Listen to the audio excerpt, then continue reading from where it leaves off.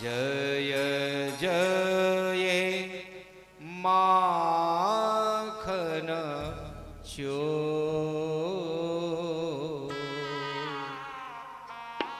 जय जय माखन चोर। जय जय माखन चोर।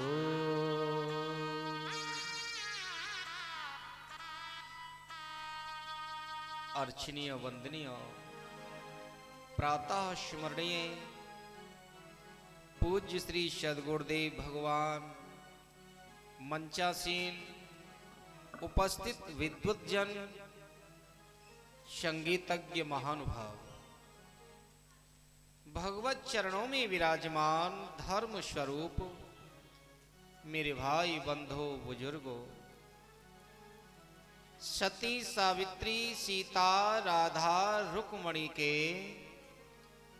पावन चरित्रों को चरितार्थ करने वाली मेरी प्यारी लाडली माताएं, बहन, बेटियां, आप सभी के पवित्र अंतःकरण में विराजमान मैं अपने आराध्य देव श्री बाल कृष्ण लाल के पावन पाद पद्मों में प्रणाम करता हूं। आइए प्रभु द्वारा प्रदत्त समय की सदउपयोगिता के लिए, अंतःकरण की एकाग्रता के लिए और जिह्वा को पवित्र करने के लिए दो नाम परमात्मा के लें। तत्पश्चात जैसी भी श्री गुरुजी महाराज की कृपा। जय जय राधा रमण हरि बोल रे, मन राधा रमण हरि बोल। जय जय राधा रमन हरि बोल रे, जय जय राधा रमन हरि बोल रे। मेरो राधा रमण हरि बोल रे, मन राधा रमण हरि बोल। जय जय राधा रमन हरि बोल रे, जय जय राधा रमन हरि बोल रे। हरि बोल हरि बोल हरि बोल। हरि बोल हरि बोल हरि हरि बोल। हरि बोल हरि बोल हरि बोल। हरि बोल हरि बोल हरि बोल। हरि बोल हरि बोल हरि बोल। ओ हरि बोल हरि बोल हरि बोल। रमन हरि बोल रे, जय जय राधा रमन हरि बोल। मेरो राधा श्री हरि रमण हरि बोल रे, मन राधा रमण हरि बोल। जय जय राधा रमन हरि बोल रे, जय जय राधा रमण हरि बोल। बोलिए भागवत भगवान की जय हो। श्री सद्गुरुदेव भगवान की जय हो। श्री राधा रानी की जय हो। जय जय श्री राधे, जय जय श्री राधे, जय जय श्री राधे श्याम।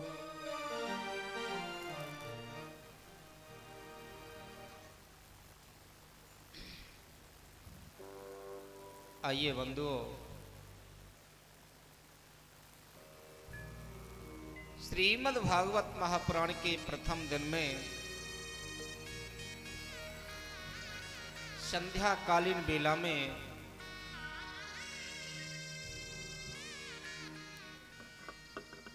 भगवत चिंतन के माध्यम से मन और वाणी को पवित्र करें।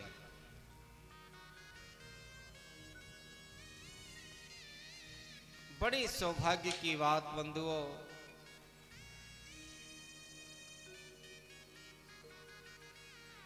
जब हमारे जन्म जन्मांतर युग युगांतर कल्प कल्पांतरों के पुण्य एकत्रित होते हैं ना, तब कहीं जाकर के हमें यह भागवत महापुराण की कथा श्रवण करने को मिलती है।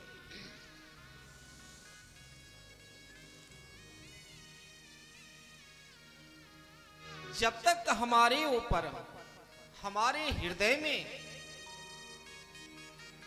परमात्मा की अनुभूति न हो, हमारे ध्यान में भगवान न आवे, हमारी ये चंचल मन की वृत्तियां जब तक परमात्मा के चरणों में न लग जाएं, तब तक ये महापुराण की कथा कहना सुनना असंभव है। फिर क्या था महाराज,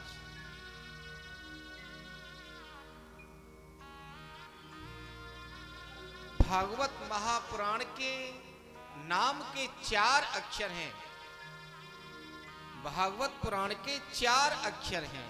अरे ये जरूरी नहीं कि हम पूरे ही पुराण का नाम लें तभी हमारा कल्याण होगा, तभी हमारी मुक्ति होगी। अरे बोले ना ना ना, ऐसा नहीं है। बोले तो बोले भाई इस पुराण के 4 अक्षर हैं और इन चारों अक्षरों में से किसी एक को पकड़ लो। और ये सिद्धांत का नियम है बंधुओं, अकड़ में कभी पकड़ नहीं होती है। अकड़ में कभी पकड़ नहीं होती है, ये नियम है सिद्धांत का। अरे जब तक हमारा मन निर्मल ना हो, पवित्र ना हो, सुंदर ना हो, अच्छा ना हो, तब तक हम भगवान की ओर नहीं जा सकते। एक को पकड़ो, अनेक को नहीं। एक ज्ञान ज्ञान और अनेक ज्ञान अज्ञान। ज्ञान एक होता है जी, इष्ट एक होता है, गुरु एक होता है, माला एक होती है, मंत्र एक होता है।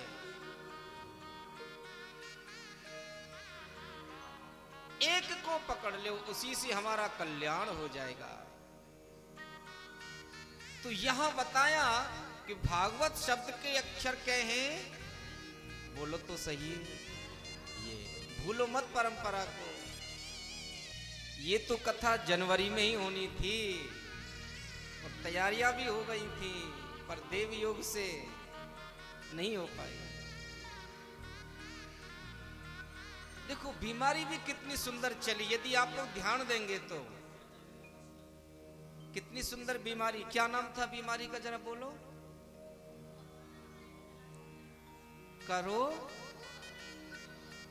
वो कितनी अच्छी बात कही उसने, कितने सुंदर शब्द हैं इसके। करो ना क्या, अरे भगवान का भजन करो ना।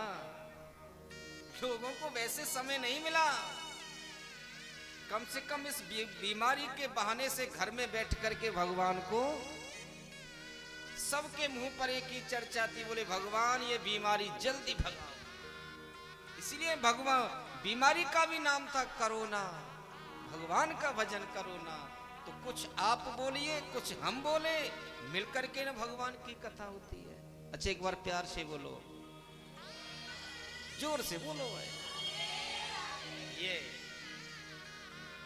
तो पहला अक्षर क्या है भागवत का, कवियों के मनोविचार हैं। भाके कहे सो, एक अक्षर पकड़ लो, जैसा कि आपसे कहा एक को पकड़ो, अनेक को नहीं। उसी से हमारा कल्याण होता है। भागे कहे सो भाग्य खुल जीवन के। पहला अक्षर क्या है? भा। अगर हम भाभा भी करते हैं तो फल क्या मिलता है हमको? भाग्य खुले जीवन के। भागे कहे सो अजी भाग्य खुले जीवन के। दूसरा अक्षर गा। अजी गा के कहे सो गुमान घट जाते हैं। अरे हमारे हृदय में काम, क्रोध, लोभ, मोह, मद, मत्सर, द्वेष, ईर्ष्या, पाखंड, ये जो कूट कूट करके भरे हैं ना, अरे ये सब हट जाते हैं, मिट जाते हैं, छूट जाते हैं। काहे से? अरे गा के कहे सो गुमान घट जाते हैं। तीसरा अक्षर वाह। वाह कहने से क्या लाभ?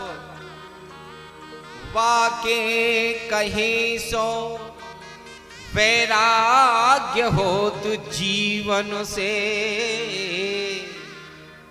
अरे ये जो संसार रूपी सागर में मोह माया के जाल में ये जीव फंसा है ना, छूटना चाहता है, इससे हटना चाहता है, भागना चाहता है, पर भागा नहीं जाता। तो बोले वो कैसे छूटेगा, कैसे भागे हम यहां से? भागे कहे सो वैराग्य होत जीवन से। अगर वाह वाह भी करते हैं तो भी हमें लाभ मिलता है। अरे दो अर्थ निकलते हैं साहब। पहला अर्थ वाह वाह वाह वाह करेंगे तो लोग बन जाते हैं बाबा। आप बाबा बाबा करिए तो अक्षर बन जाएगा शब्द क्या? बाबा।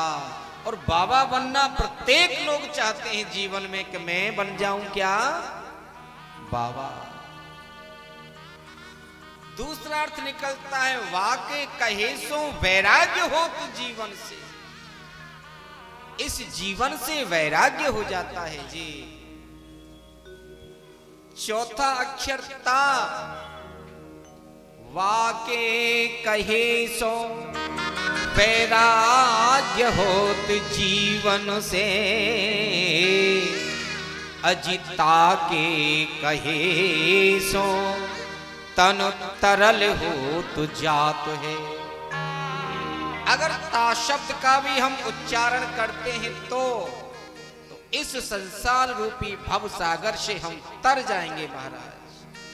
हम हो गए भव से पार लेकर नाम तेरा। इस संसार रूपी भव सागर से तर जाएंगे। और भगवान का अवतार भी भक्तों के उद्धार के लिए, भक्तों को तारने के लिए ही होता है। तरयतीत तारः इति अवतारः। भक्तों के कष्टों को हरण करने के लिए मेरे गोविंद प्रागट्य होते हैं। भागवत महापुराण में 12 स्कंद यानी 12 अध्याय 335 12 स्कंद 335 अध्याय और 18,000 श्लोक वाला ये ग्रंथ है।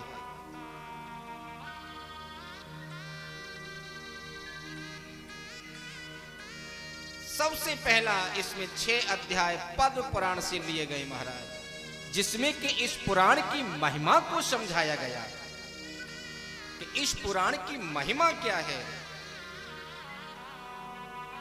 और ये नियम है, किसी भी शास्त्र पुराण की कथा को श्रवण करने से पहले उसका महत्व अवश्य सुनना चाहिए। क्यों? प्रथमे महात्म ज्ञानम पूर्वतो पश्चात भवति निश्चय। जब तक किसी वस्तु के बारे में हमें जानकारी नहीं होगी, जिसके बारे में हम समझेंगे नहीं, तब तक उसके प्रति हमारा लगाव नहीं हो सकता। हमारा लगाव नहीं हो सकता उसके प्रति। इसीलिए शास्त्रों में कहा है, प्रथमे महात्म ज्ञानम पूर्वतो पश्चात भवति निश्चय। सबसे पहला श्लोक लिखा महाराज, सच्चिदानंद रूपाय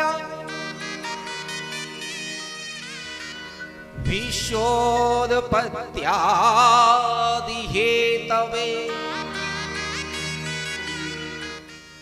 तापत्रय विनाशाय श्री कृष्णाय वयं नमः। सच्चिदानंद रूपाय, सद्घन चिद्घन आनंद घन, अरे तीनों को मिलाकर के ही तो बनता है सच्चिदानंद। रूपाय बहुत सुंदर है, परमात्मा का स्वरूप सुंदर है। मन में विचार आया, अरे कोई सुंदर बहुत हो, अपार सुंदर हो, उस सुंदरता के साथ साथ में कोई गुण न हो, तो बोलो ना वो सुंदरता काहे काम की है? अरे वो सुंदरता किसी काम की है क्या? अरे बोले भगवान केवल सुंदर ही सुंदर हैं या कोई गुण भी हैं? अरे बोले गुण भी हैं। बोले क्या है? विश्वोत्पत्त्यादि हेतवे, जो समस्त विश्व का भरण पोषण करते हैं। इतना ही नहीं, बोले तो तापत्रय विनाशाय, हमारे जीवन में 3 प्रकार के ताप होते हैं जी, दैहिक, दैविक और भौतिक। इन तीनों प्रकार के तापों को हमारे जीवन से हटा दे, मिटा दे, अरे दूर भगा दे। ऐसे भगवान को श्री कृष्णाय वयं नमः, हम ऐसे भगवान को प्रणाम करते हैं, नमन करते हैं, चिंतन करते हैं।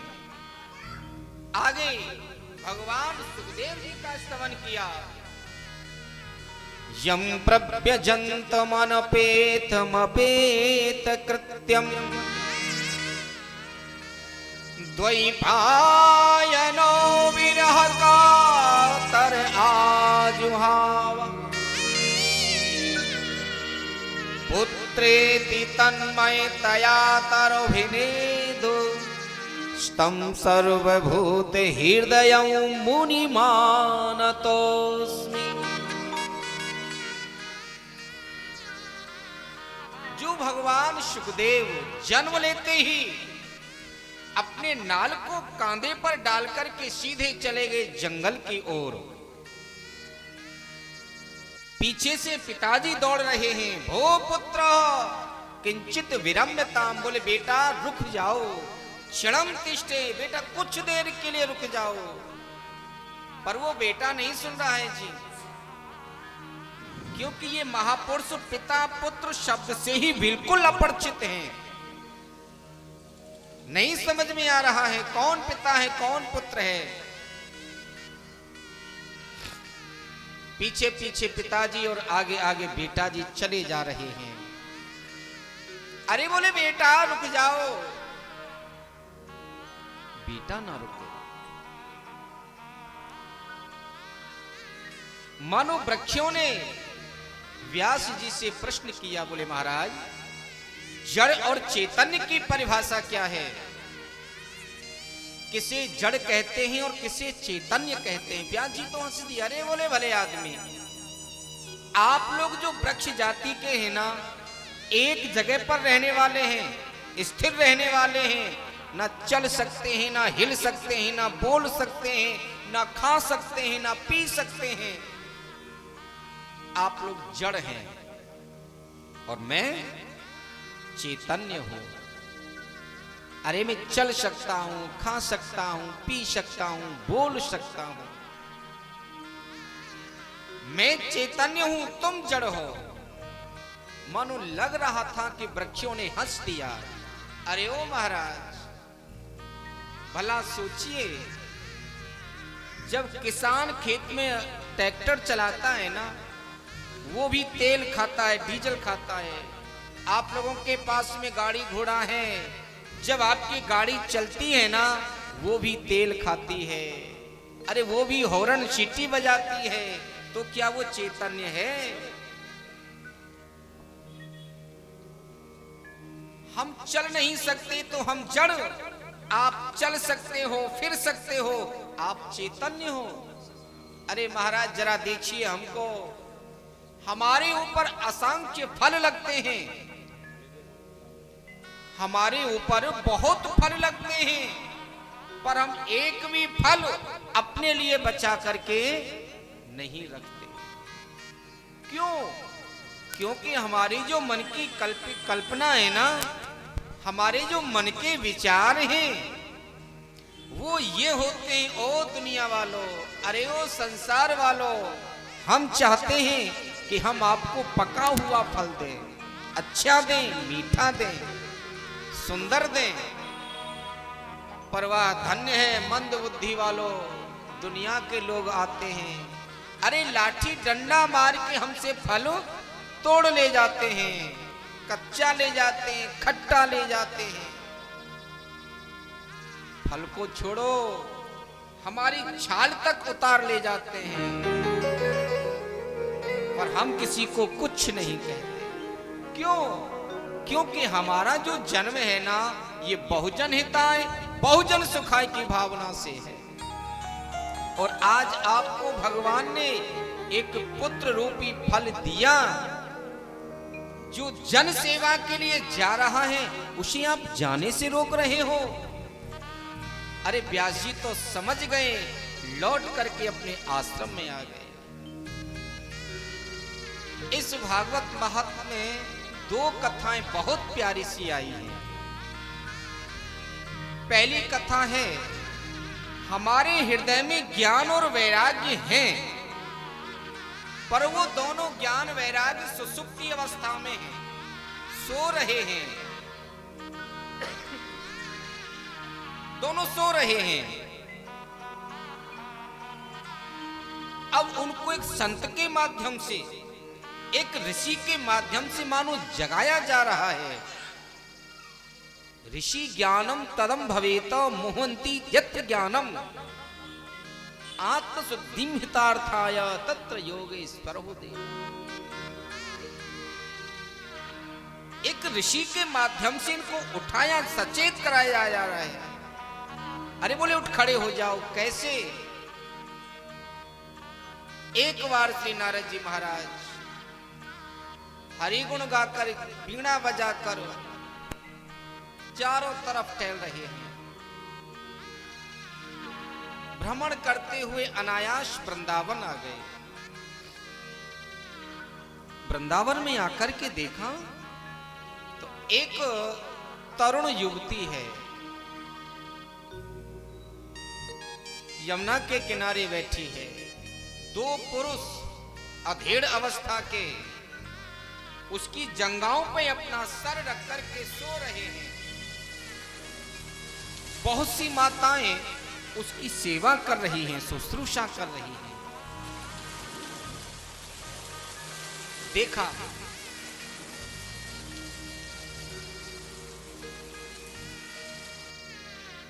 नारद जी ने सोचा हो सकता है कि माताओं का सत्संग चल रहा है। नारद जी जैसे ही बच के निकले, युवती महारानी ने देखा, अरे बोले कोई संत है। और संतों का दर्शन अमोघ होता है। भक्ति महारानी बोल पड़ी, भो भो साधो क्षणं तिष्ठ मचिंतामपि नाशय दर्शनं तव लोकस्य सर्वथा घर परं हो भो साधो क्षणम तिष्ठ, अरे ओ साधो कुछ देर के लिए रुक जाइए। अरे बोले देवी क्यों रुकना चाहती हो, कारण क्या है? चिंता मपिनाशय, मुझे लग रहा है आपके मिलने से मेरे जो मन में चिंता है वो दूर हो जाएंगी, मेरी विपदा हट जाएगी।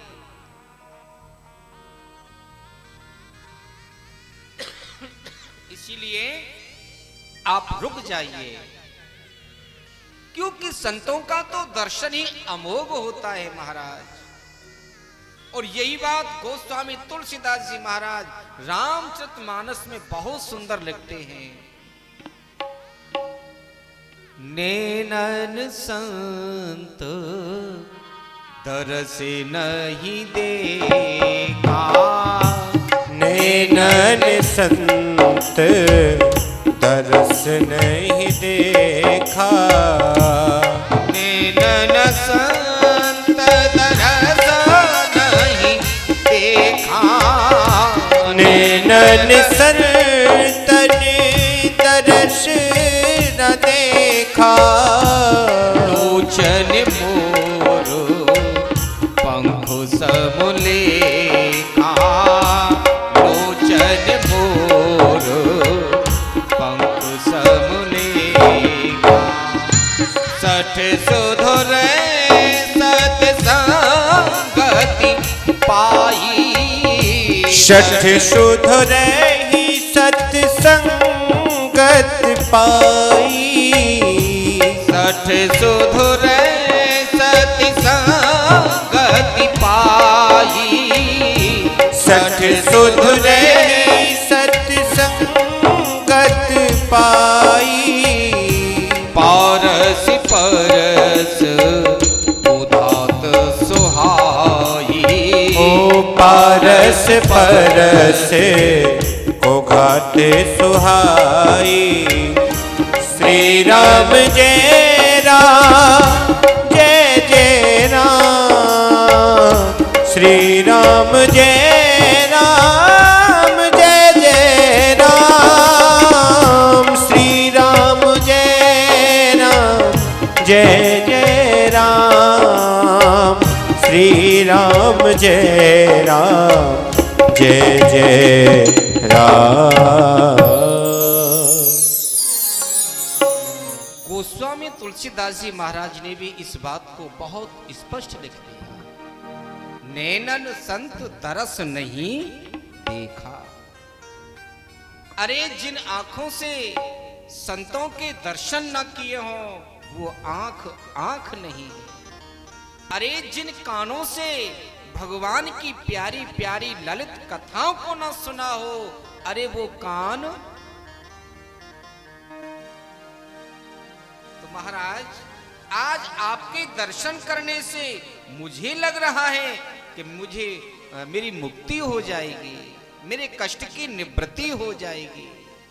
आप रुक जाइए।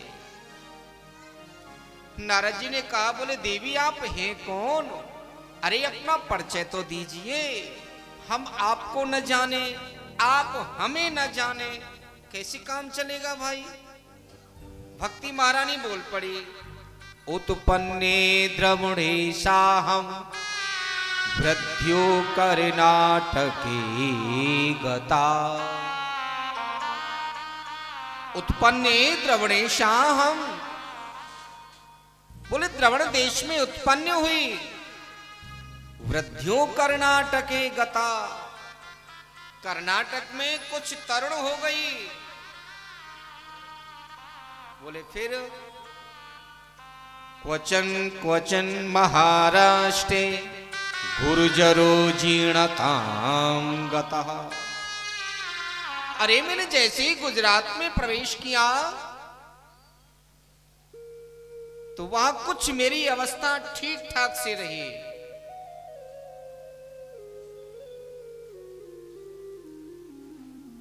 महाराष्ट्र में, और जैसे ही गुजरात में प्रवेश किया तो वहां मेरी काया जीर्ण शीर्ण हो गई। पर ये धन्य है पावन भूमि वृंदावन, धन्यम वृंदावनम तेनो भक्तिर यत्र नित्य च। इतनी बड़ी पावन भूमि, सुंदर भूमि है ये वृंदावन, जहां की भक्ति महारानी स्वयं आज भी नित्य करती है। अरे बोले महाराज, जैसे मैं वृंदावन में प्रवेश किया ना, तो यहां आकर के तो एक नई लीला हो गई। क्या हो गया? मैं तरुण हो गई।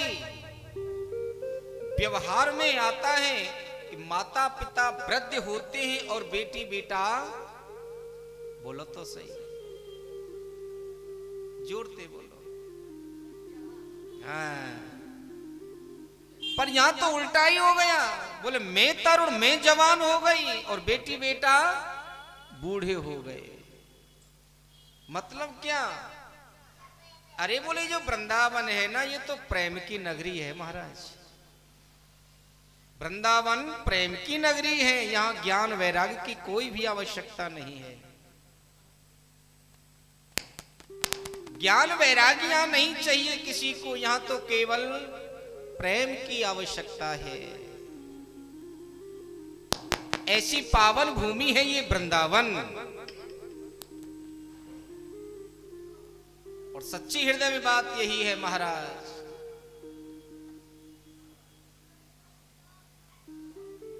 यदि हमें अपने जीवन में चाहिए, अरे हम बहुत बड़े विद्वान हो जाएं, अच्छे पढ़े लिख जाएं, तो हमें जाना चाहिए कहां?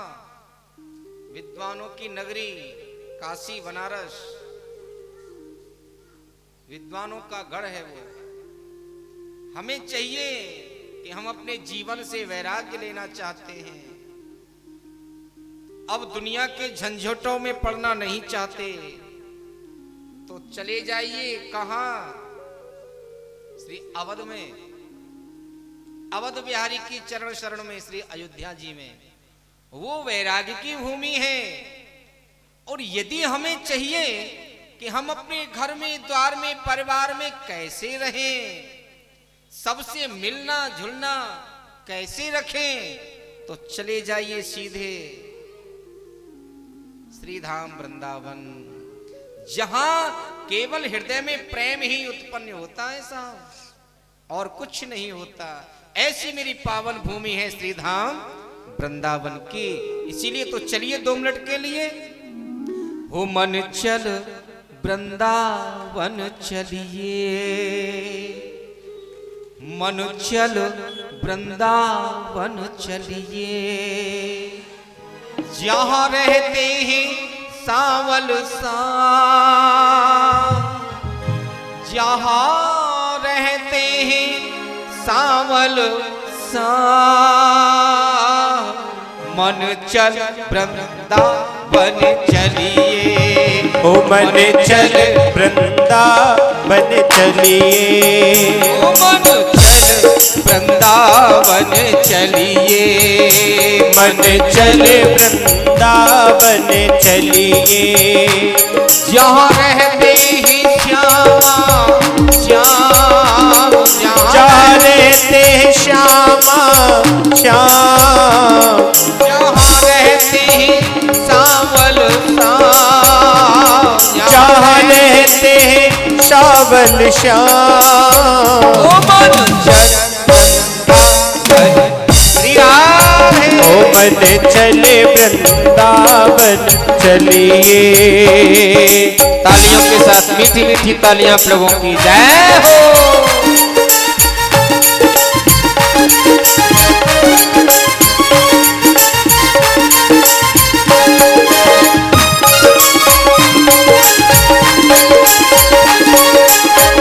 हरि बोल।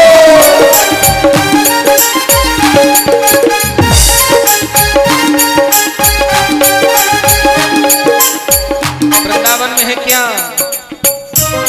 वहाँ छोटी छोटी गैया वहाँ छोटी छोटी गैया, यहाँ छोटी छोटी छोटी छोटी गैया, यहाँ छोटी छोटी छोटी छोटी गैया, वहाँ गैया चरा में गोपाल, जहाँ गैया चरा में गोपाल, जहाँ गैया चराते गोपाल, हो जहाँ गैया चरा में गोपाल, ओ मन श्री राधे, ओ मन चले वृंदावन चलिए।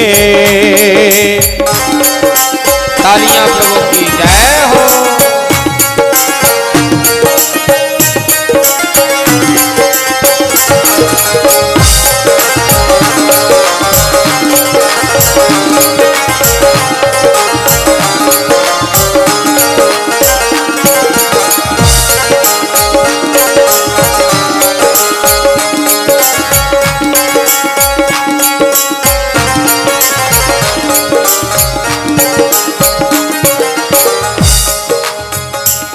यहाँ छोटी छोटी सखियाँ, जहाँ छोटी छोटी सखियाँ, यहाँ छोटी छोटी सखियाँ, यहाँ छोटी छोटी सखियाँ, यहाँ रास रचा में गोपाल, ओ यहाँ रास रचा में गोपाल, यहाँ रास रचा में गोपाल, यहाँ रास रचा में गोपाल, ओ मन चल वृंदावन चलिए, मन चले वृंदावन चलिए।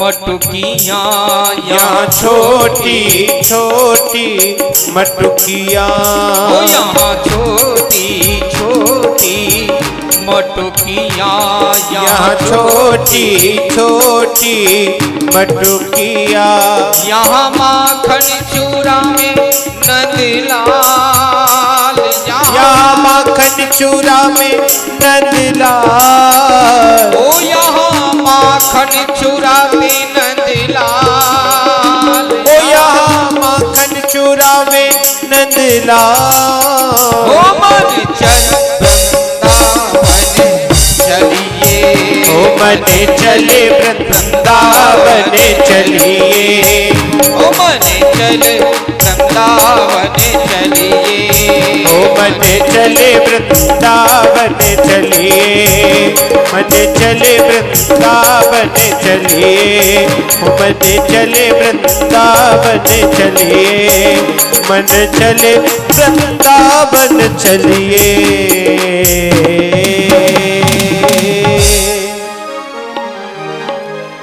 बोलिए भागवत भगवान की जय।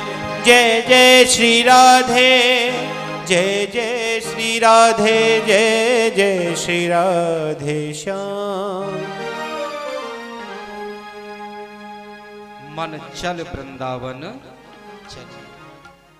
ऐसी है ये पावन भूमि महाराज।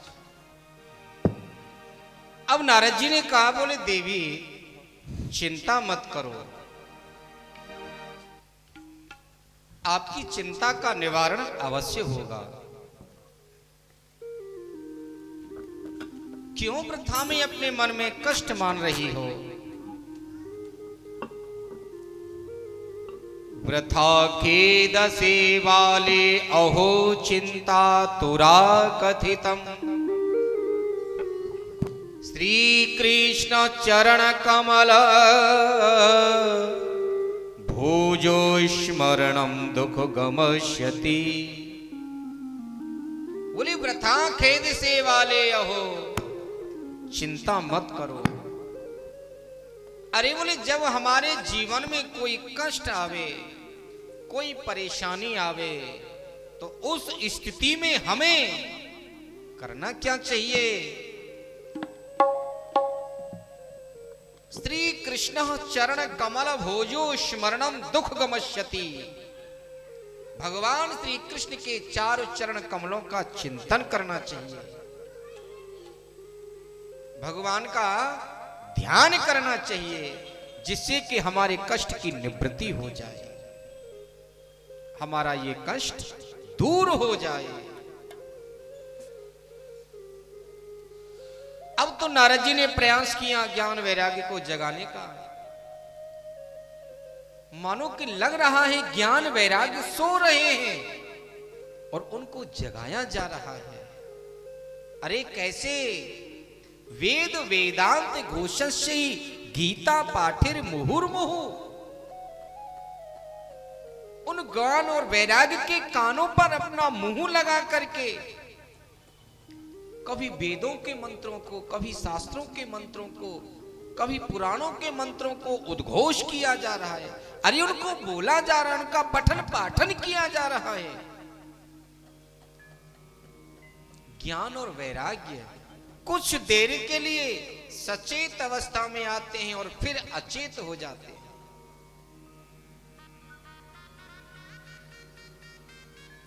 नारद जी के मन में बड़ी भारी वेदना हुई, कष्ट हुआ। अरे बोले करूं तो करूं क्या? इन बच्चों का उद्धार कैसे होगा? आकाशवाणी हुई, अरे ओ नारद, यदि ज्ञान वैराग्य का उत्थान करना चाहते हो ना, तो इसके लिए सत्कर्म करो। अरे बोले सत्कर्म है क्या? सत्कर्म किसे कहते हैं? किसी भूखे को भोजन करा देना, क्या ये सत्कर्म है? बोलो तो सही, है या नहीं है? है। किसी प्यासे को पानी पिला देना, ये सत्कर्म है।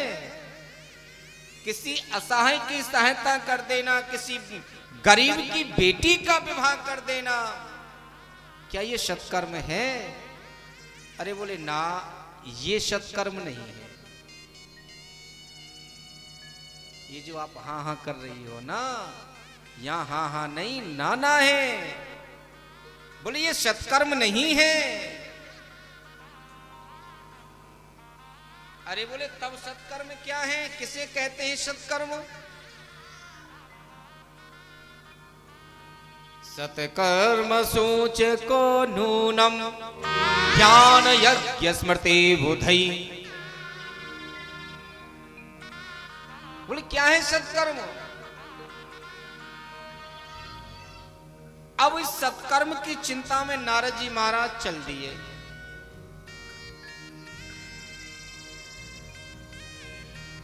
हर एक क्षेत्र में पहुंच के चारों बड़े भाई मिल गए, सनक, सनंदन, सनातन, सनत कुमार। देखा, अरे नारद, आज मुख पर उदासी का कारण क्या है? क्यों उदास? क्या बात है भाई? आपका तो ये मुखमंडल हमेशा खिला हुआ रहता था, आपका ये चेहरा हमेशा प्रफुल्लित रहता था, आज उदासी का कारण क्या है?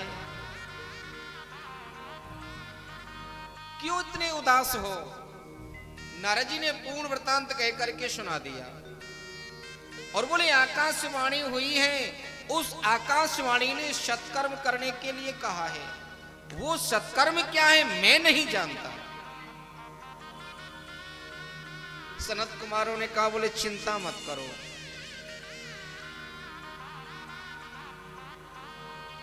अब यहां सनत कुमारों ने कथा कही, चारों भाई बने प्रवक्ता और नारद जी महाराज बने श्रोता। अब तो चारों तरफ शोर शराबा हो गया। अरे बोले जो नारद 2.5 घड़ी से अधिक कहीं नहीं टिक सकते, वो कैसे बैठ करके कथा श्रवण करेंगे, कैसे कथा सुनेंगे? तो वो सत्कर्म है क्या? श्रीमद् भागवती रफाता प्रेत पीड़ा विनाशनी। अरे वो सत्कर्म ये भागवत महापुराण की कथा है बंधु। जो आप जहां आप हाँ हाँ हाँ हाँ कर रहे थे, किसी भूखे को भोजन कराना, प्यासे को पानी पिलाना, किसी असहाय की सहायता कर देना, ये तो आपके शुभ कर्म हैं। क्या है ये? शुभ कर्म। प्यार से बोलो एक बार, राधे राधे राधे। ये है आपके शुभ कर्म। जैसा कि ऐसे समझ लीजिए, लोग बैंक बैलेंस रखते हैं अपना, उस पैसे की कुछ ब्याज लग के मिलती है ना, जो आप पैसा बैंक में जमा करते हो उसकी ब्याज मिलती है। ये जो आपके शुभ कर्म है ना, ये ऐसे ही हैं। जितने शुभ कर्म आप यहां कर जाओगे, उनका फल आगे आपको परमात्मा दे।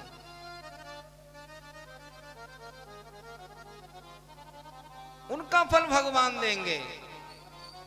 ये आपके सब इकट्ठे किए जा रहे हैं। अब देखा ये जाएगा, जैसे कि व्यापारी वर्ग के लोग 2 रजिस्टर बना के रखते हैं ना, आय को आय में और व्यय को व्यय में जोड़ा जाता है। आपके शुभ कर्म भी इकट्ठे किए जा रहे हैं। अब देखना यह है कि आपके शुभ कर्म अधिक हैं या आपके, मैं क्यों कहूं, आप ही कह लो, फल उसके अनुरूप मिलेगा, ये पक्का है। तो यहां नारद जी ने निवेदन किया, बोले भैया इस भागवत की कथा को श्रवण करने से क्या जीवित प्राणी का उद्धार होता है या कभी किसी मरे हुए का भी हो जाता है? अरे बोले होता है ना। किसका हुआ है? आत्मदेव नाम के ब्राह्मण तुंगभद्रा नदी के तट पर रहते हैं। घर में कोई संतान नहीं है। देखो भगवान की कैसी कृपा है, जहां खाने को कुछ नहीं होता, वहां खाने वाले अनेक होते हैं, और जहां खाने को बहुत होता है, वहां पर कोई खाने वाला नहीं है। आत्मदेव ब्राह्मण है, संपन्न है, सर्व आनंद है, किसी वस्तु की कोई कमी नहीं है, पर घर में कोई संतान नहीं है, घर में कोई बेटा नहीं है। मन में बड़ा भारी कष्ट। ब्राह्मण गाय लेकर के आए, अरे वो गाय भी वांझा हो गई, उसने भी किसी बच्ची को जन्म नहीं दिया, किसी बच्चा को जन्म नहीं दिया। आंगन में तुलसी का वृक्ष लगाते हैं तो वो भी सूख जाता है, हरा भरा नहीं होता, क्योंकि घर में कोई संतान नहीं है।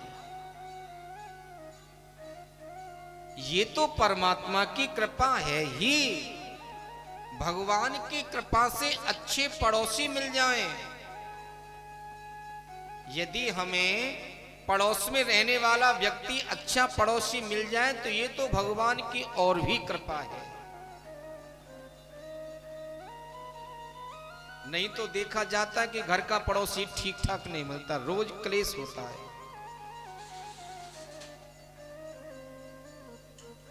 अब पड़ोसियों ने आना प्रारंभ किया घर में।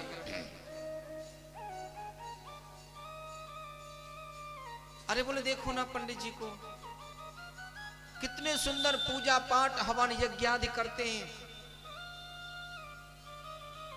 एक घर में गाय लेकर के आए, उसने भी किसी बच्चा या बच्ची को जन्म नहीं दिया। तुलसी का वृक्ष लगाया, वो भी सूख गया, हरा भरा नहीं हुआ। क्यों? एक ने कह दिया, अरे बोले पंडित जी के घर में कोई संतान नहीं है, संतानहीन होने के कारण से ये सब स्थिति बनी हुई है। अब जिस माता पिता के घर में बेटा या बेटी न हो, यदि उसको कहा जाए कि तुम्हारी स्थिति ऐसी है, तो कैसा लगेगा उनको? बड़ा भारी कष्ट हुआ आत्मदेव जी के मन में। चले गए जंगल में, बोले आज मैं अपने प्राणों का परित्याग कर दूंगा, आज मैं अपना प्राणांत कर दूंगा। ये नियम है। जब भगवान के भक्तों पर कोई कष्ट आता है ना, जब भगवान के भक्तों पर कोई कष्ट आता है तो वहां संत प्रकट हो जाते हैं। और जब संतों के ऊपर कष्ट आता है ना, तो वहां स्वयं भगवान प्रकट हो जाते हैं। आज एक ब्राह्मण के ऊपर कष्ट है तो वहां संत प्रकट हो गए। देखा, बोले भैया मस्तिष्क की रेखा से तो लग रहे हो बहुत अच्छे पढ़े लिखे सुयोग विद्वान हो, पर उदासी का कारण क्या है? उदास क्यों हो?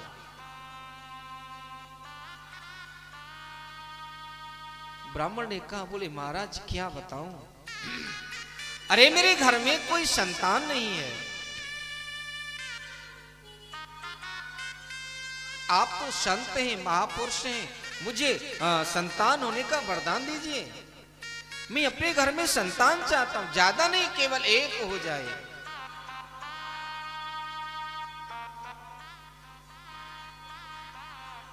अरे वो कुल नहीं होता जहां कोई बेटा हो ना हो, वो राज्य नहीं होता जिसमें कोई राजा ना हो,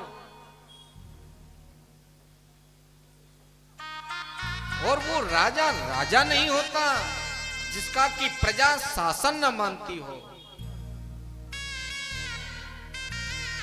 मन में कामना है, अरे 2-4 में नहीं मांगता, केवल एक बेटा हो जाए। संतों को लगा, बोले ये रोग तो असाध्य है।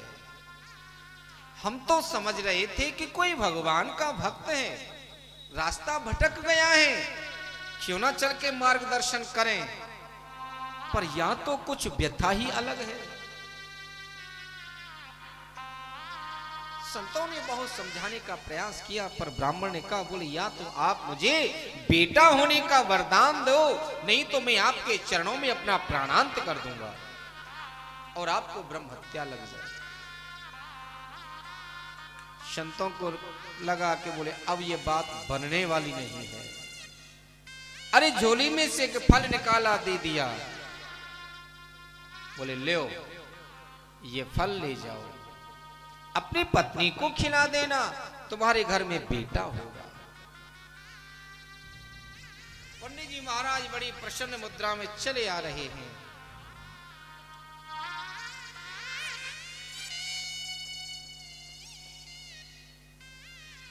प्रसन्न है। देखा, अरे पंडित जी बड़े प्रसन्न हैं आज तो हमारे। जाकर के वो फल दे दिया, बोले लो ये फल साधुओं ने दिया है, खाओगी तो बेटा होगा। पंडित जी का नाम है आत्मदेव, इनकी पत्नी ठीक विपरीत नामधारी धुंधली। धुंधली का सीधा सा अर्थ होता है जिसकी बुद्धि, जिसकी गति मति रची ठीक ठाक न हो, जो हमेशा द्वंद करती हो। और इनका ये नियम है महाराज धुंधली देवी का। कई बार यहां तो नहीं, पर मेरे यहां तो है माताओं की आदत, दिल्ली वालों की नहीं, वृंदा मथुरा वालों की तो है। जब तक एक दूसरे में झगड़ा नहीं करा देती उन्हें अच्छा सा नहीं लगता। भाई यहां तो सब पढ़ी लिखी हैं। हाँ, यहां की मैं क्यों कहूं, कई कई माताओं में ऐसी आदत होती है, जब तक एक दूसरे में झगड़ा ना करा दे उन्हें पानी भी अच्छा नहीं लगता। तो वो स्थिति धुंधली की है। कृपणा कलहा प्रिया, लोक वारिता क्रूरा।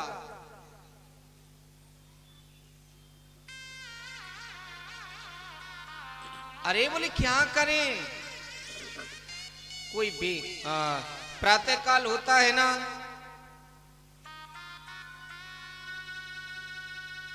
झगड़ा करने लग जाती हैं एक दूसरे से।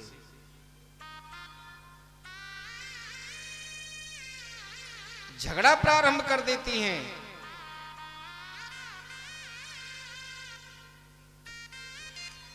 पर मन को शांति नहीं होती। किसी ना किसी से आए दिन लड़ाई झगड़ा करना इनका धर्म है, इनका कर्म है, इनका नियम है। प्रातः काल से लेकर के शाम तक स्वभाव बन गया है। अब तुम अपने आंगन में खड़ी खड़ी वो हाथ में फल लेकर के सोच रही है, अरे कैसे खाऊं मैं ये फल। मैंने सुना है जब माताओं को गर्भाधान होता है तो उदर बढ़ जाता है, और जब उदर बढ़ जाता है ना तब वो खट्टा मीठा नहीं खा पाती है, अपनी रुचि का तीखा भोजन नहीं कर पाती हैं। चलो मैं भोजन भी ना करूं कोई बात नहीं, उधर बढ़ जाने के कारण से मैं भाग दौड़ नहीं सकती। अगर कहीं गांव में आग लग गई, चोर डाकू आ गए, सब लोग तो भाग जाएंगे, मैं भाग भी नहीं सकती। अरे मैंने जहां तक सुना है जब प्रसव काल का समय आता है ना, बच्चे का जन्म तो होता ही है, पर बच्चे के साथ साथ माँ का भी नया ही जन्म होता है। नहीं तो कई बार मैंने सुना है मरणासन भवेता, प्रसव काल के समय माताओं का देहांत तो हो जाता है। अगर मैं कहीं मर गई तो बोले ना मैं ये फल ना खाऊं। छोटी बहन आ गई, अरे बोले क्या सोच रही हो। अरे बोले बहन क्या बताऊं, ये फल लेकर के आए हैं और कह रहे हैं कि हमारी संतान होगी। महात्माओं ने दिया है। धुंधली की बहन ने कहा, अरे बोले कहीं फल खाने से बेटा बेटी होते हैं क्या, किसने पागल बना दिया आपको, ऐसा नहीं है। बोले तब कैसा है।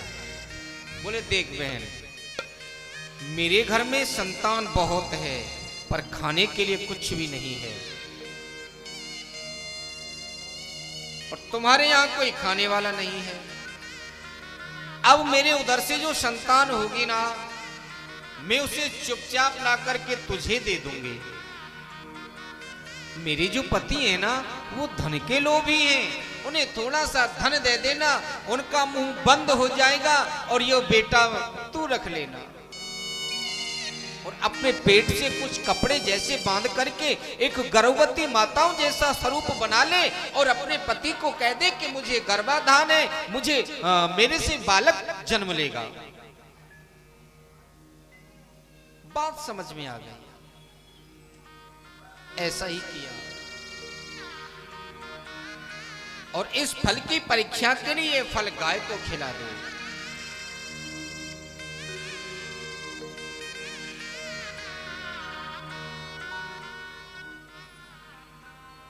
छोटी बात बहुत जल्दी समझ में आ जाती है। ठीक ऐसा ही किया, वो फल गाय के लिए खिला दिया, और आप अपने उदर से कुछ कपड़े बांध करके लेट गई। अपने पति देव को कह दिया, बोले मेरे बच्चा जन्म लेगा, पंडित जी प्रसन्न हैं। उधर छोटी बहन के प्रसव काल का समय आया, उस बच्चे को गुप्त रीति से लाके दे दिया। यहाँ चारों ओर प्रचार हो गया, बोले आत्मदेव जी के घर में बेटा ने जन्म लिया है, पुत्र ने जन्म लिया है। आज तो पंडित जी महाराज बहुत प्रसन्न हैं। प्रसन्नता का ठिकाना ना रहा।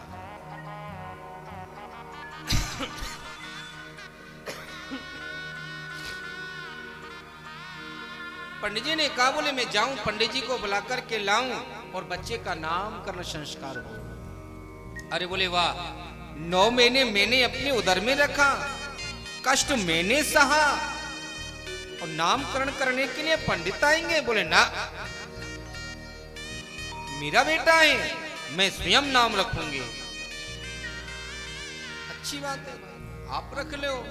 अरे बोले रखना क्या है? मेरा नाम धुंधली है, मेरा बेटा है, इसका नाम धुंधकारी है। धू धू करो ति धुंधकारी। धुंधकारी का मतलब जो उद्दंडता का कार्य करे, महामूर्ख हो, ऐसा है धुंधकारी। इसका नाम धुंधकारी होगा। कुछ समय के पश्चात में जो फल गाय के लिए खिलाया गया, उस गाय ने भी बच्चे को जन्म दिया। कान गाय के समान और सर्वांग मनुष्य जैसा था। गोकर्ण पंडितो ज्ञानी धुंधकारी महाखला। ब्राह्मणों ने नाम गोकर्ण दिया क्योंकि कान गाय जैसे थे। गोकर्ण जी महाराज बहुत सुंदर पढ़े लिखे सुयोग्य वैदिक ब्राह्मण बन गए। और धुंधकारी जी नित्य नए उत्पाद करने लगे। धुंधकारी जी की दिनचर्या बन गई, छोटे छोटे बच्चों को मारे पीटे। अरे पढ़ने जाएं तो किसी का सर फोड़ दे, कहीं कुछ कर दे, कहीं कुछ कर दे। उद्दंडता के कार्य करने लगे। एक दिन पिताजी को अच्छा नहीं लगा। पहले तो मन में कष्ट था कि घर में कोई बेटा नहीं है, और आज मन में कष्ट है कि घर में बेटा क्यों है। आत्मदेव हतात्मानो बंधुरात्मे रिपुरात्मनः। देखो आत्मदेव ही निमित्त हैं धुंधकारी को पैदा करने में। आत्मदेव ही निमित्त हैं गोकर्ण जी को पैदा करने में, पर संस्कार दोनों के अलग अलग। पहले मन में कष्ट था कि घर में एक बेटा हो जाए, और आज मन में कष्ट है कि घर में बेटा क्यों है। मुझे नहीं चाहिए ऐसा बेटा, घर में बेटा क्यों है। जंगल की ओर चल दिए। गोकर्ण जी महाराज मिल गए।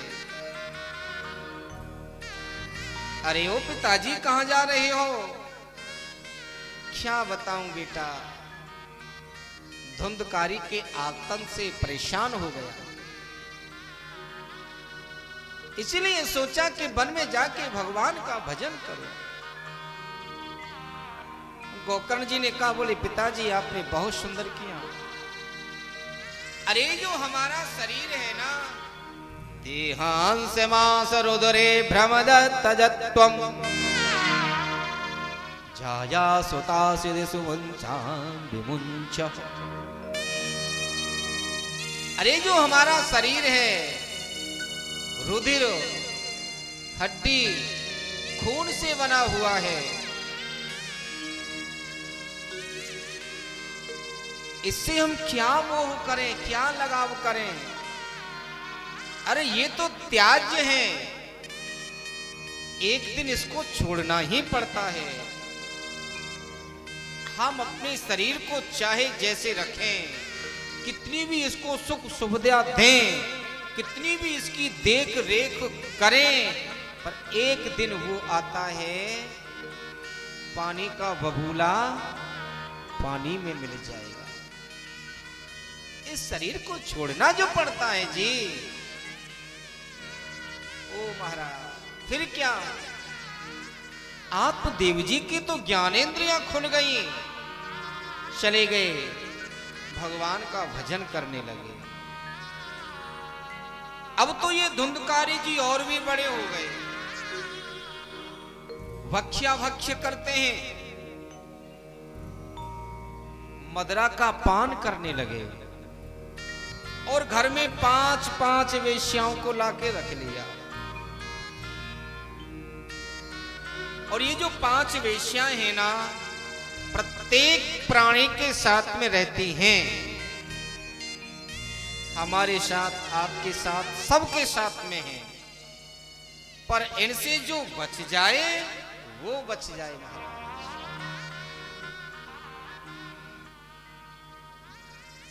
अब तो ये महापुरुष वेश्यागामी बन गए। 5 वेश्याओं को रूप, रस, गंध, स्पर्श और वचन, यही 5 तन्मात्राएं हैं। तो इंद्री चाहती हैं कि हम कोमल कोमल स्पर्श करें, घ्राणेंद्री चाहती हैं कि हम सुंदर सुंदर गंध लें, कर्णेंद्री चाहती हैं कि हम सुंदर सुंदर श्रवण करें, चक्षुएंद्री चाहती हैं कि हम सुंदर सुंदर देखें, वागेंद्री चाहती हैं कि हम मीठा मीठा प्यारा प्यारा बोलें।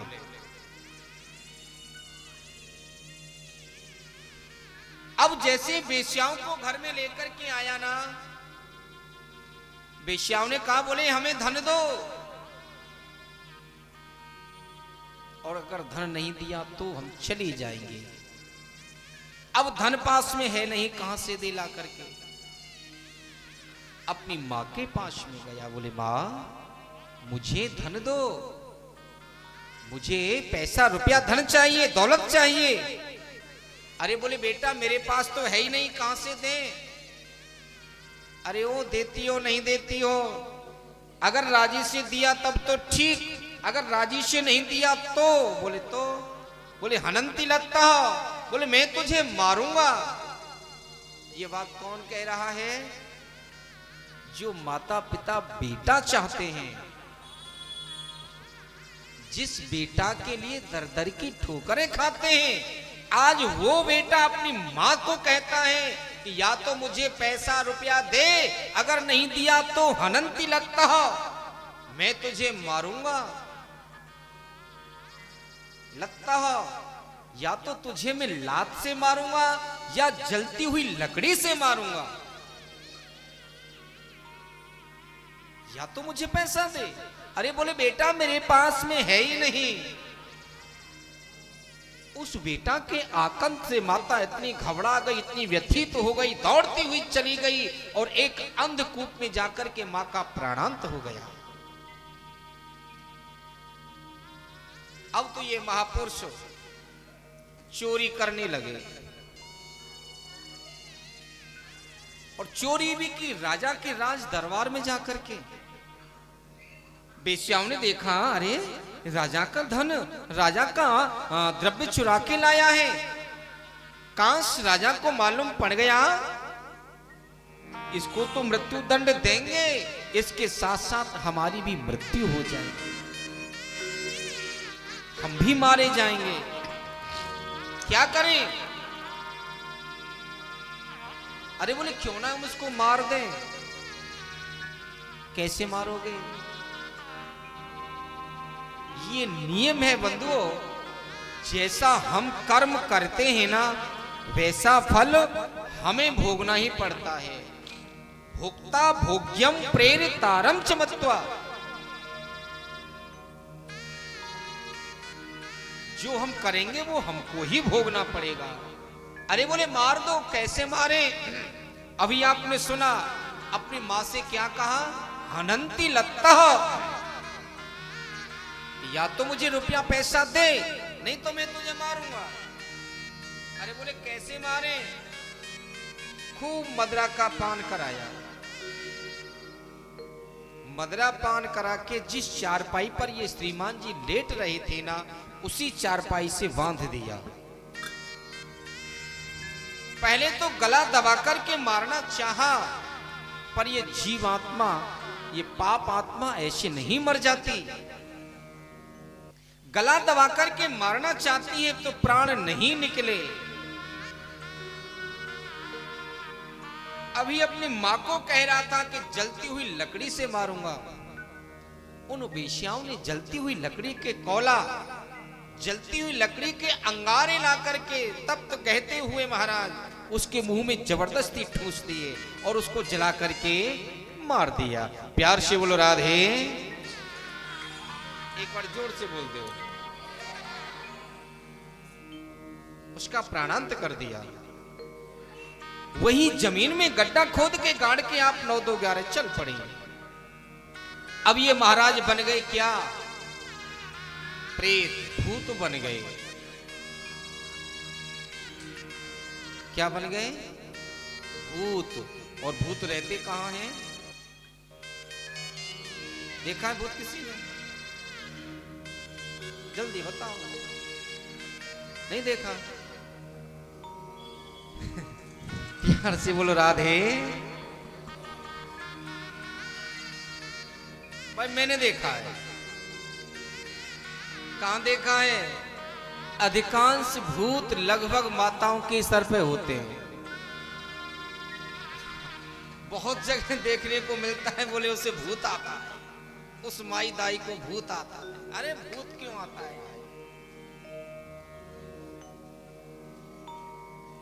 खैर, ये महापुरुष प्रेत बन गए। गोकर्ण जी महाराज तीर्थ यात्रा करके जैसे अपने गांव घर में लौटे, लौट करके देखा जो संत होते हैं ना, जो साधु होते हैं, स्वयं कष्ट पालेंगे पर सामने वाले को दुख नहीं देते। ये संतों का स्वभाव होता है, ये संतों का हृदय होता है, ये संतों की कोमलता होती है, ये संतों की उदारता होती है। स्वयं कष्ट पाले पर सामने वाले को दुख नहीं देते। गोकर्ण जी महाराज ने देखा, अरे बोले जंगल, आज मेरे घर का जंगल बन गया। अब रात्रि का समय किसी पड़ोसी को क्यों परेशान करें। अपने घर का दरवाजा खोला, जैसे घर में प्रवेश किया, सोने लगे तो घर में रहता है कौन? बोल दो, अभी सुना ना। हाँ, भूत। धुंधकारी जी महाराज प्रेत बन के घर में रह रहे हैं। अब तो ये बाना बदल बदल के कभी भैंसे की आवाज में रोमे, कभी श्वान की आवाज में रोमे, कभी मैंस यानी बकरी की आवाज में रोमे। डर गए गोकर्ण जी। अरे बोले भैया आप कौन हो, हमें क्यों परेशान कर रही हो, कारण क्या है? बात समझ में नहीं आई। प्रेत का जो आकार होता है ना शरीर का, जो सुई जिससे कपड़ा सिला जाता है ना, जिसका छिद्र होता है जितना बड़ा, उतने बड़े ही प्रेत का आकार होता है शरीर का। प्रेत में बोलने की क्षमता नहीं होती, शक्ति नहीं होती, उसे बुलवाया जाता है। वो बोलना नहीं चाहता पर उसे बुलवाया जाता है। बोले बोल, बोलेगा क्यों नहीं, बोल। हाथ में जल लिया, मंत्रों से अभिषिक्त किया, छोड़ दिया। प्रेत महाराज बोल पड़े। आज धुंधकारी जी जो भूत बन रहे थे वो बोल पड़े मानव शरीर में आकर के। क्या बोले? अहम भ्राता त्वदीयोऽस्मि धुंधकारी नाम स्वकीयेनैव दोषेण ब्रह्मत्वात् त्वं निर्मया। अहम भ्राता त्वदीयोऽस्मि। अरे बोले मैं आपका भाई धुंधकारी। अरे धुंधकारी तुम भूत कैसे बन गए? बोले मत पूछो। अगर कहीं पापियों की गणना की जाएगी, लिस्ट बनाई जाएगी ना, सबसे पहला नंबर मेरा होगा। मैंने अपने जीवन में इतने बड़े जघन्य अपराध किए, इतने अत्याचार, इतने पापाचार, इतने व्यभिचार किए, जिसकी कि मैं कुछ कह नहीं सकता। ब्रह्मत्वा त्वम निरमया, ब्राह्मण वंश में जन्म, अनर्गल लोगों का संग। अरे मैं भक्ष्या भक्ष्य करने लगा, मैं वेश्यागामी बन गया। अरे बोले भैया मैंने तो आपके लिए गया में जाके श्राद्ध किया है। बोले ओ भैया, एक श्राद्ध नहीं, आप हजारों बार श्राद्ध करें ना तो भी मेरी मुक्ति होने वाली नहीं है,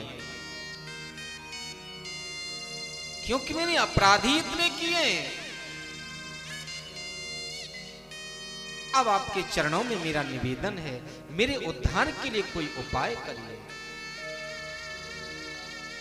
गोकर्ण जी ने कहा, बोले शांत हो जाओ, रात्रि निकलने दो, प्रातःकाल होने दो, हम तुम्हारे लिए कुछ सोचेंगे।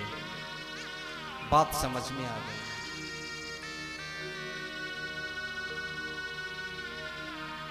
प्रातःकाल जैसे ही हुआ, समस्त ऋषि मुनियों से पूछा, बोले भाई के उद्धार के लिए क्या करूं, इसका उद्धार कैसे हो?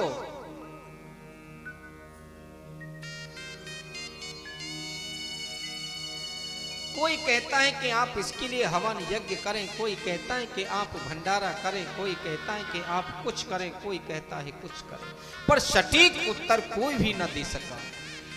करें तो करें क्या? जब मन में गहरी टीस, गहरी वेदना हुई अपने भाई के प्रति, तब याद आई भगवान भास्कर की, सूर्य नारायण की।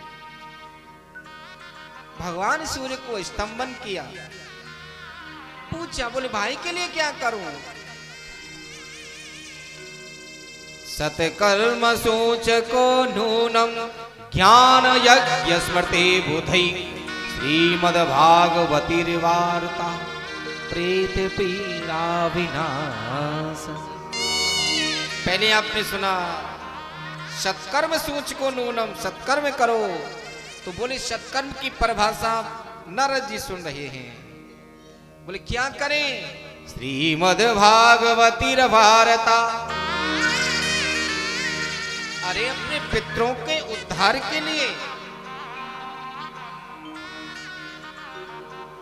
श्रीमद् भागवत महापुराण की कथा कराइए। प्रेत पीड़ा विनाशिनी, तभी आपके पितरों का उद्धार हो सकेगा। बात समझ में आ गई। फिर क्या था महाराज?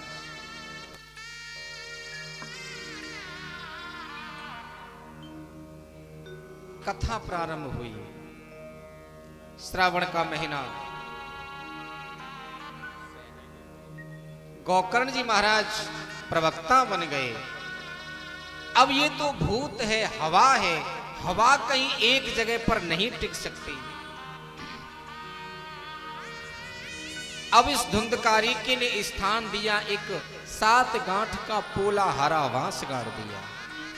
और बांस जो जाती होती है ना, ये पोली होती है, ठोस नहीं होती। बांस गाड़ दिया, उस बांस के अंदर धुंधकारी जी का आवाहन किया, प्रवेश कर गए। जैसे प्रथम दिन की कथा ने विश्राम लिया, प्रथमे ग्रंथि भेदना,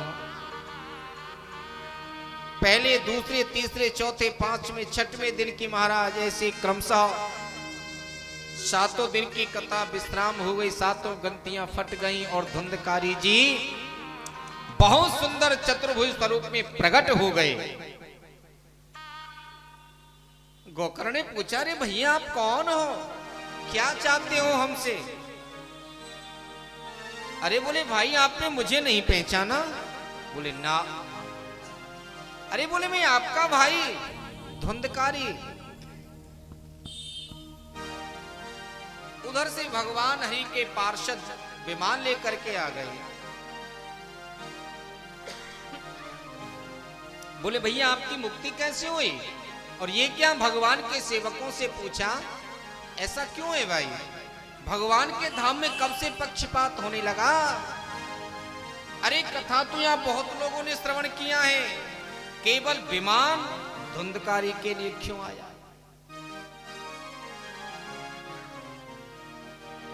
मननम ध्यानम सदाशेभ्यम श्रीमद्भागवतीं कथा श्रोतच्छामि परम योगा योगिनां परमं तपः। मनोहरि के सेवकों ने कहा, अरे ओ महाराज, वाकई ये बात सत्य है, कथा सब लोगों ने सुनी है, पर जिस प्रकार से गोकर्ण धुंधकारी ने कथा को सुनाना, ध्यान से मन से एकाग्रचित करके, ऐसे किसी ने भी नहीं सुना। बोले कुतस्तु फल भेदनम, इस फल में भेदन क्यों हुआ फिर? बोले इसी के कारण। सब लोगों ने कथा को एक कान से सुना, दूसरे कान से। बोले कल फिर आएंगे सब्जी पूरी ब्रेड पकौड़ा खाने, फिर देख लेंगे। कथा तो होती रहती है, तब की तब देखी जाएगी। अरे बोले कथा सुनने का मतलब होता है कथा श्रवण करो। अब जब रात्रि में अपने घर में शयन करें, उनका चिंतन करो, उनका मनन करो, उनका स्मरण करो कि आज हमने सुना क्या है, क्या सुना हमने।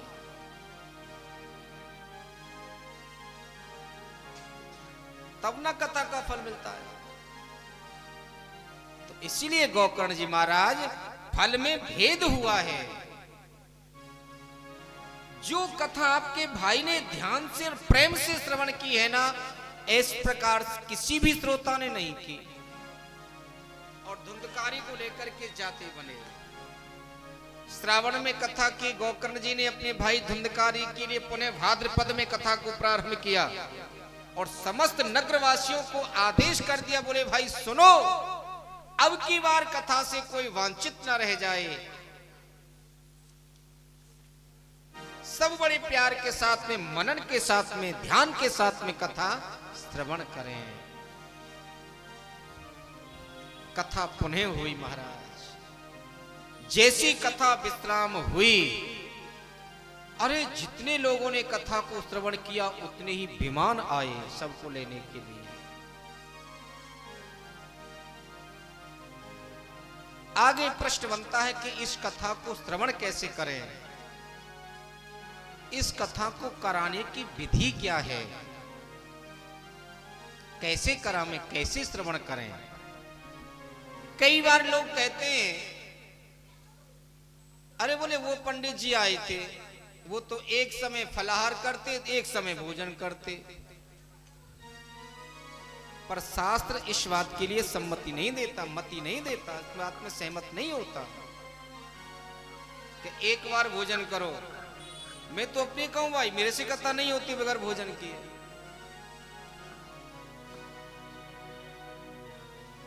कोई भोजन वर्जित नहीं है इसमें। पुराण कहता है भोजनम वर्णमन्ये, अरे भोजन करो, बार बार करो। आहारो भक्षन्ति क्षणे क्षणे न आलसम भवेत। आहार करो, बार बार में करो, क्षण क्षण में करो, पर उतना करो जितना कि हमको कथा श्रवण करने में और कहने में आलस्य आवे। आवे या ना आवे? ना आवे, सही बताओ। अच्छा प्यार से बोलो एक बार, राधे राधे राधे। आलस्य ना आवे। किसी को खा के आलस आता है, मुझे भूखे पेट आलस आता है कथा करने में। देखो कैसी उल्टी रीति है। हाँ।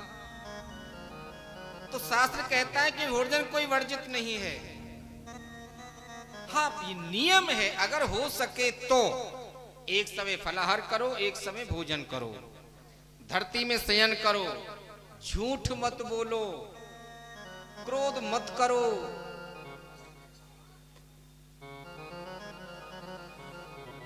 अरे बोले ये तो सब हम कर लें, पर इसको कराएं कैसे? कराने की तो इच्छा होती है, पर जब रूपरेखा को देखते हैं तो डर लगने लग जाता है। बोले बड़ा पैसा खर्च होता है।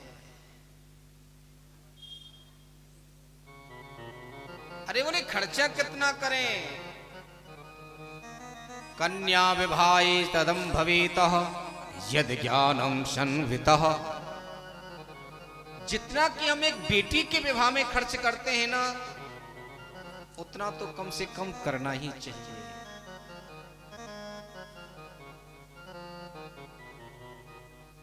सुने किससे?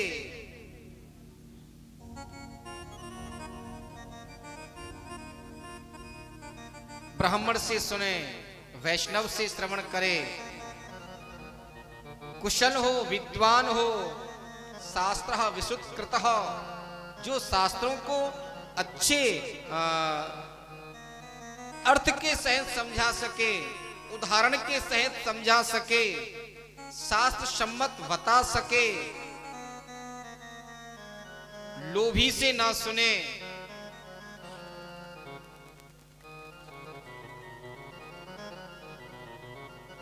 ये इसके नियम बताए महाराज। अंत में मुझे तो लग रहा है शायद घड़ी का भी संकेत होता हुआ चला आ रहा है। क्या बज के बोलेगे मोबाइल है मेरे? समय हो गया है ना? देखो याद ही नहीं रहा मेरे को तो। कथा भी आज 5:30 बजे शुरू हुई है, कोई बात नहीं। इतना बताया और इतना बता करके महाराज भक्ति महारानी भी अपने मरणासन्न पुत्रों को लेकर के वहां पहुंच गई और सबके देखते देखते इतना सुंदर आनंद की अनुभूति अपने पुत्रों के सहित प्रकट हो गई। खूब बड़े प्रेम प्यार के साथ में हरि नाम संकीर्तन हुआ। यही 6 अध्याय के साथ में ये महात्म पुराण भगवान के चरणों में अर्पित समर्पित करते हैं। आइए मैं कल के लिए निवेदन कर दूं आप लोगों से। कथा का समय क्या रखा है? 2 बजे से 8 बजे तक। 6? अच्छा, मुझे लगा 8 बजे तक। 2 से 6 कथा का समय है, तो आप लोग समय से आइए, समय से आइए और समय से अपने अपने घर को जाइए। देखो मैं एक निवेदन कर दूं, इस कथा को जनवरी में हमारे मित्र कहूं, क्या कहूं, श्री सुदामा जी को, गत वर्ष भी सुदामा जी ने सबको प्रेरित, तीसरी साल में, पिछली साल तो हुई नहीं कोरोना में, कथा को कराया। विशेष तौर से सहयोग हमारे परम श्रद्धेय बड़े भाई, इस समिति के संस्थापक महोदय कहूं श्री ब्रजमोहन महाजन जी, प्रधान जी ने पूर्णतः अपना सहयोग देकर के अपने काम काज को भी छोड़ करके, व्यक्ति एक है वो, पर सर पर हजारों काम हैं।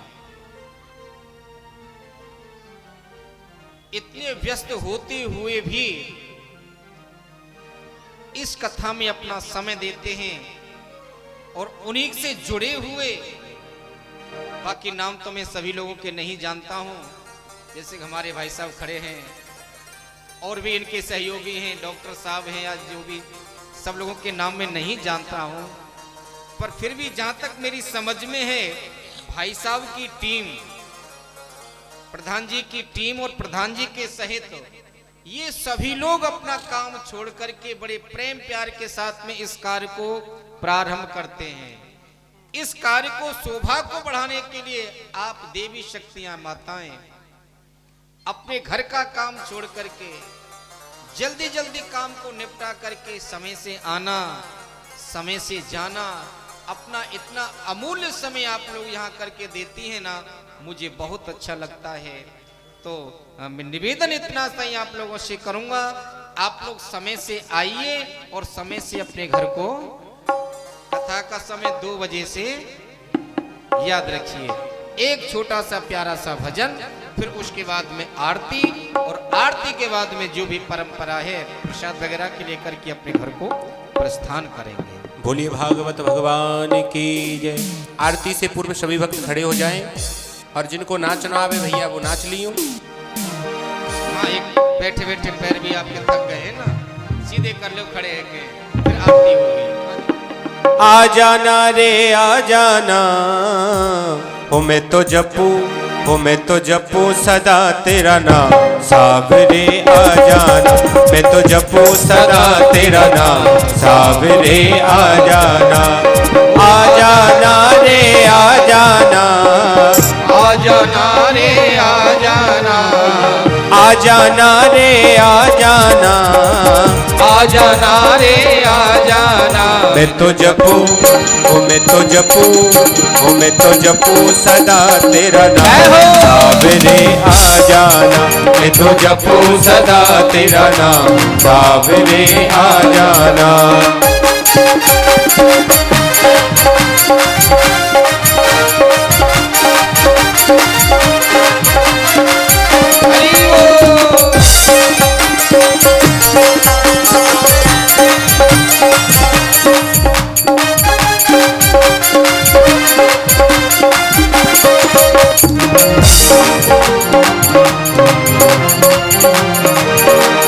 तेरे नाम की लगा के बिंदिया, तेरे नाम की लगा के बिंदिया, आई ना मुझे रात में निंदिया, आई ना मुझे रात में निंदिया, तेरे नाम की लगा के बिंदिया, तेरे नाम की लगा के बिंदिया, आई ना मुझे रात में निंदिया, आई ना मुझे रात में निंदिया। मैं तो तेरी, ओ मैं तो तेरी, ओ मैं तो तेरी हो गई शाम, सावरे आ जाना, मैं तो जपू सदा तेरा नाम, सावरे आ जाना।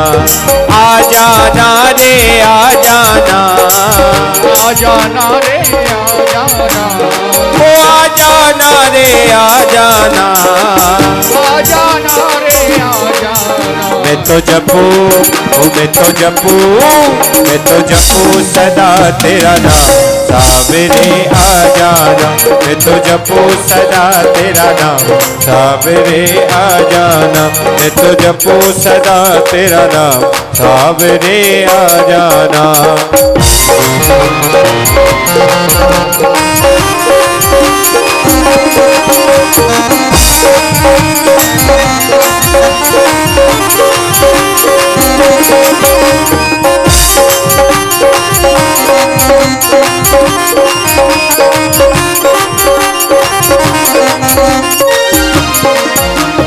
तेरे नाम की ओर चुनरिया, तेरे नाम की ओर चुनरिया, लोग कहे मैं तो भैरे बबरिया, लोग कहे मैं तो भैरे बबरिया, श्यामा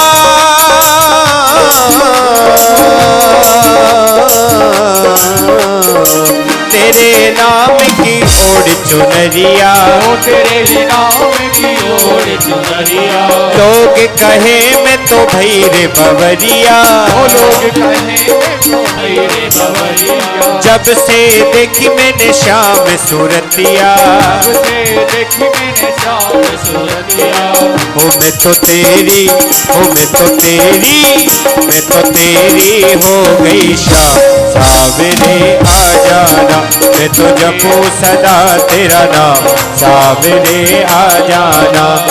आ जाना रे आ जाना, आ जाना रे आ जाना, आ जाना रे आ जाना, आ जाना रे आ जाना।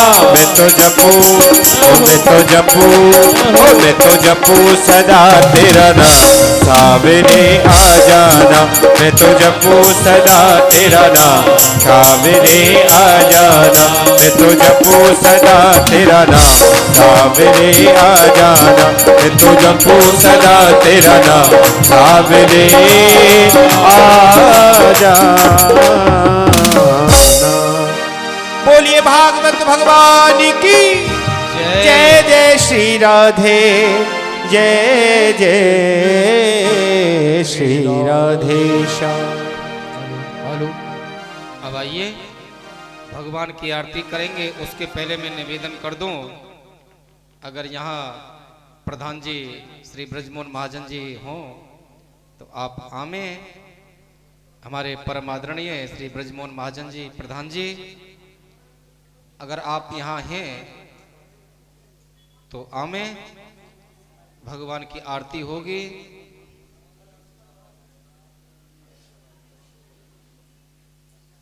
और दो शब्द भी, अपने मनोविचार भी आप दर्शक बंधुओं के सामने रखेंगे।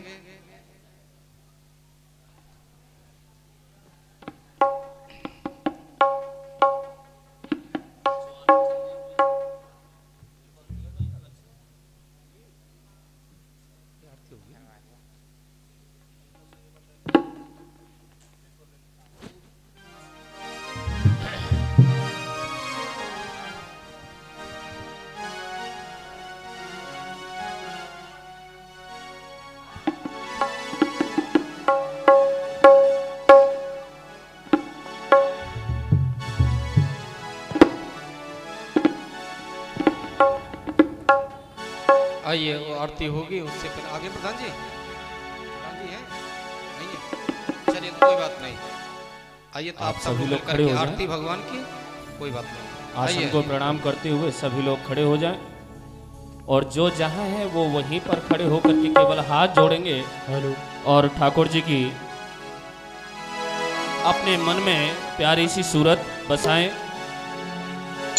और वहीं खड़े खड़े आरती करेंगे। मन में बसा कर तेरी मूर्ति उतारूं मैं कृष्णा तेरी आरती। मन में बसा कर तेरी मूर्ति उतारूं मैं प्यारे तेरी आरती। मन में बसा कर रीति उतारूं मैं कृष्णा तेरी आरती।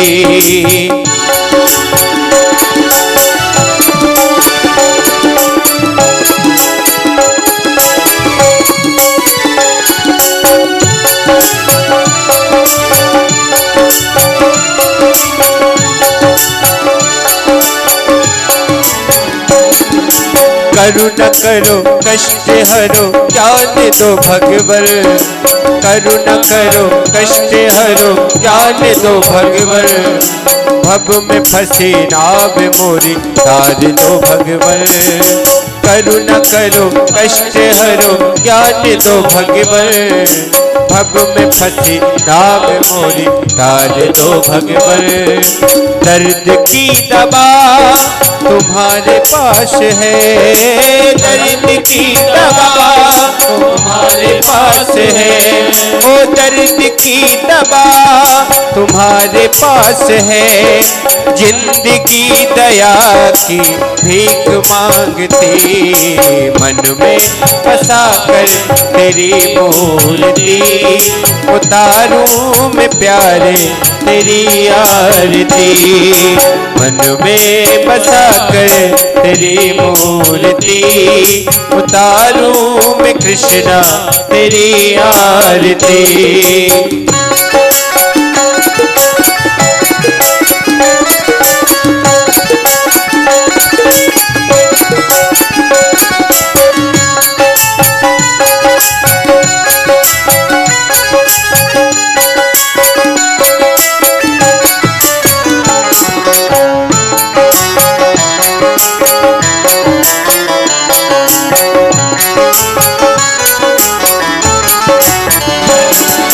मांगू तुझसे क्या मैं यही सोचूं भगवन। मांगू तुझसे क्या मैं यही सोचूं भगवन। जिंदगी जब तेरे ना कर दिए अर्पण। मांगू तुझसे क्या मैं यही सोचूं भगवन। जिंदगी जब तेरे ना कर दिए अर्पण। सब कुछ तेरा कुछ नहीं मेरा। सब कुछ तेरा कुछ नहीं मेरा। ओ सब कुछ तेरा कुछ नहीं मेरा, चिंता है तुझको प्यार संसार की। मन में बसा कर तेरी मूर्ति, उतारूं मैं कृष्णा तेरी आरती। मन में बसा कर तेरी मूर्ति, यारे उतारूं मैं कान्हा तेरी आरती।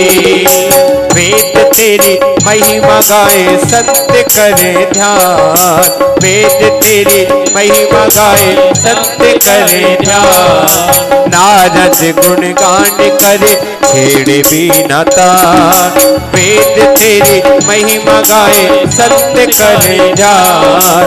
नारद गुणगान करे छेड़े बीना तान। भक्त तेरे द्वार करते ये पुकार, भक्त तेरे द्वार करते ये पुकार। हम सब उतारे तुम्हारी आरती, मन में बसा कर तेरी मूर्ति। उतारूं मैं कृष्णा तेरी आरती। कर्पूर गौरम करुणावतारम, संसार सारम भुजगेन्द्रहारम। सदा वसंतम हृदयाल विंदे, भवम भवानी चैतम नमामि।